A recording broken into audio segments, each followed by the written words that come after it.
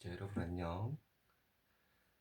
자, 오늘은 수학에서의 기본적인 법칙에 대해서 배울 거예요. 수학에서 기본이 되는 법칙.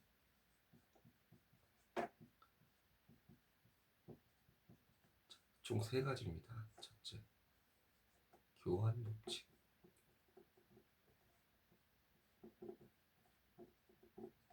둘째, 결합 법칙.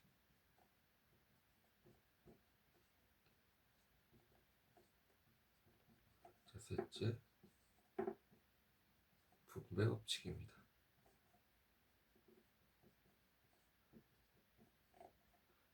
자, 이것은 어디서 많이 쓰이냐? 다항식이랑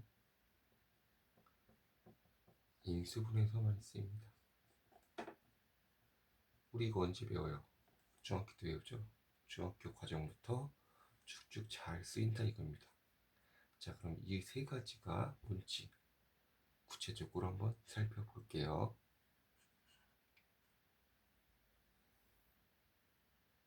자, 그럼 교환 법칙, 첫 번째 교환 법칙에 대해서 얘기해 볼게요. 교환 법칙은 5글자로 뭐라고 얘기하죠? 순서 바꾸기. 순서를 바꿔도 연산은 성립합니다. 그래서 순서 바꾸기라고 하죠. 예를 들어 볼게요. 3 더하기 4가 있고 4 플러스 3이 있습니다. 둘은 계산하면 어떻게 될까요? 3 더하기 4는 7이고, 자, 4 더하기 3도 7이죠. 결론은 같게 됐죠. 그죠? 그래서 덧셈에 대해서는 성립하죠. 자, 5 곱하기 2를 해도 순서를 바꿔도 2 곱하기 5를 해도 똑같이 왼쪽도 10, 오른쪽도 10. 그래서 같게 되죠. 그래서 성립이 됩니다.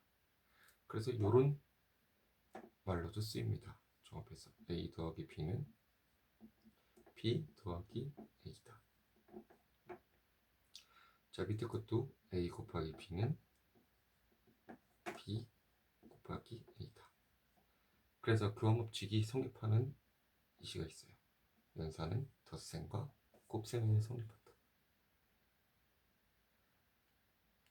자, 이해하셨나요?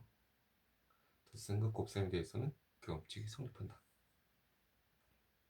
그럼 사칙 연산 중에 4개가 있는데, 자, 나머지 2개가 뭐죠? 뺄셈과 나눗셈이죠. 그럼 뺄셈과 나눗셈에 대해서 성립할까요? 자, 한번 보도록 할게요. 뺄셈과 나눗셈에 대해서 성립하는지. 3 빼기 4가 있고 순서 바꿨어요. 4 빼기 3 있어요. 3 빼기 4는 계산하면 어떻게? 마이너스 1이 되겠죠. 4 빼기 3은 계산하니까 1이 되겠죠. 둘이 같나요? 같지 않죠.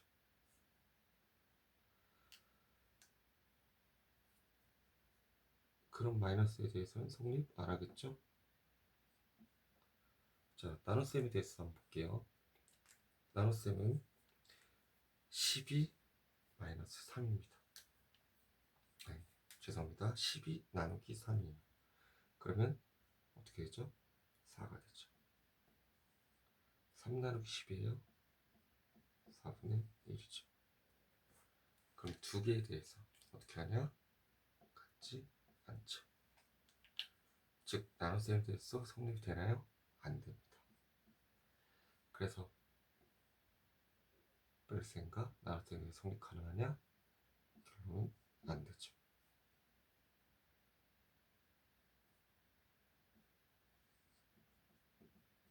그래서 성립 안 됨.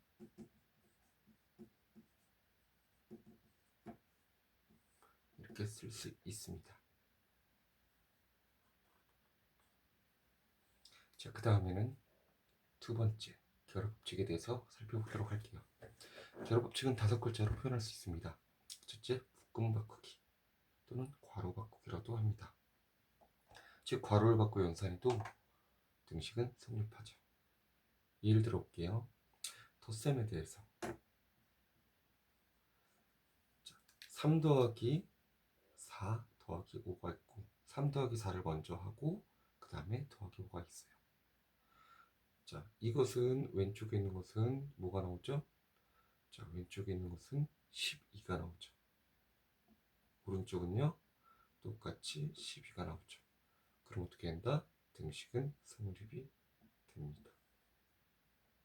자, 곱셈도 할게요.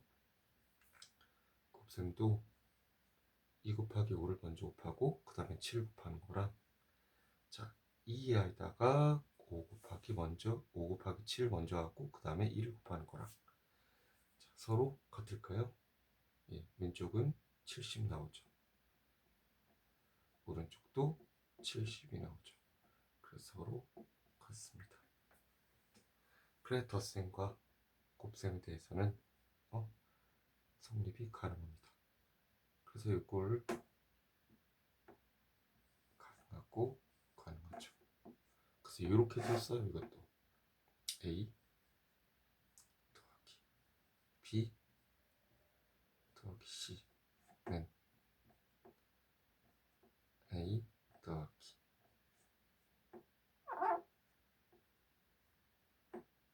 B 더하기 C다.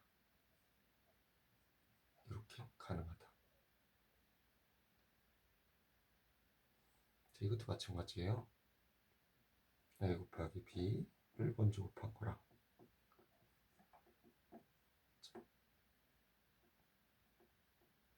A 곱하기 B 곱하기 C를 한 거랑, 즉 곱셈과 덧셈과 곱셈에 대해서는 어떻게 결합지 성립합니다. 그러면 뺄셈과 나눗셈에 대해서 성립하냐? 이거 한번 볼게요. 자, 3 빼기 4 빼기 5가 있고요. 4 빼기 5를 먼저 괄호했죠. 3 빼기 4를 먼저 괄호하고 빼기 5를 했고요. 자, 왼쪽과 오른쪽 살펴봅시다. 왼쪽은 뭐가 나올까요? 예, 4가 나오죠. 오른쪽은 몇이 나올까요? 마이너스 6이 나옵니다. 그럼 같나요? 같지 않죠. 즉 성립이 안 되죠. 나눗셈도 볼게요. 12 나누기 3 나누기 4, 3 나누기 4를 괄호했고요. 오른쪽은 12 나누기 3을 먼저 괄호를 했고요. 즉 괄호한다는 계산을 먼저 한다는 겁니다. 자, 그래서 계산해봤더니 왼쪽은 16이 나왔고요. 오른쪽은 1이 나왔네요. 그죠? 계산 한번 해보세요, 빨리. 12 나누기 4분의 3. 그럼 12 곱하기 3분의 4 하니까 어떻게? 16 나왔고, 여기는 1이 나왔고요. 둘이 같지 않죠. 그래서 뺄셈과 나눗셈은 성립 안 합니다.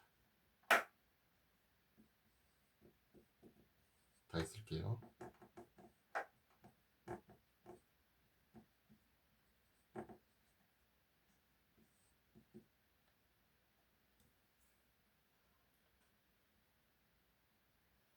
제 세 번째, 분배법칙에 대해서 설명할게요. 분배법칙은 바깥에는 연산을 안쪽으로 분배해도 결과는 바뀌지 않는다 이거예요. 분배한다, 배분한다 똑같은 거예요. 분배법칙, 배분법칙. 자, 바깥에는 연산을 안쪽으로 분배해도 결과는 바뀌지 않습니다. 자, 어려울 것 같으니까 예를 들어 설명할게요. 3이 바깥에 곱해져 있고 그 다음에 2 더하기 4예요. 이거는 어떻게 하냐? 3이라는 것을 분배를 시킵니다. 이렇게. 그러면 하나는 3 곱하기 2가 되겠죠? 하나는 3 곱하기 4가 되겠죠. 그래서 두 개를 더한 거예요. 덧셈은 여기 있는 거예요. 이렇게 분배시킨다. 그러면 왼쪽은 3 곱하기 6이니까 18, 18이 나오고, 자, 여기는 6이 나오고요. 여기는 12가 나오고요. 똑같이 18이 되죠. 그래서 성립이 된다. 다른 거 할게요. 5 곱하기 7 빼기 3입니다. 그러면 5랑 7이랑 분배하고 5를 또 분배를 하죠. 그래서 5 곱하기 7 그리고 5 곱하기 3 둘을 빼면 되죠. 대신에 이 마이너스는 여기 마이너스가 있고요. 그 왼쪽 계산 어떻게 하냐? 5, 4, 20. 자, 그럼 5 곱하기 7, 35랑 5 곱하기 3, 15랑 빼니까 똑같이 20이 나오죠. 그래서 성립이 됩니다. 이거는 이런 곱셈이 바깥에 있을 때 그때 성립이 됩니다. 근데 바깥에 곱셈 있을 때 빼고 덧셈이나 마이너스가 있을 때 성립될까요? 그럴 땐 안 돼요. 자, 성립이 안 되는 예를 들어볼게요.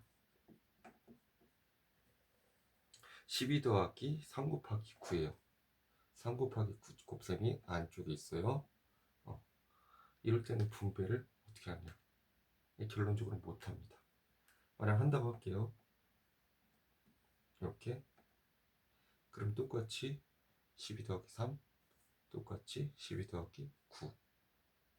그래서 곱셈은 여기 있고 덧셈은 이렇게 있죠. 근데 둘이 식이 같아야겠죠? 그래야지 법칙이 성립하겠죠?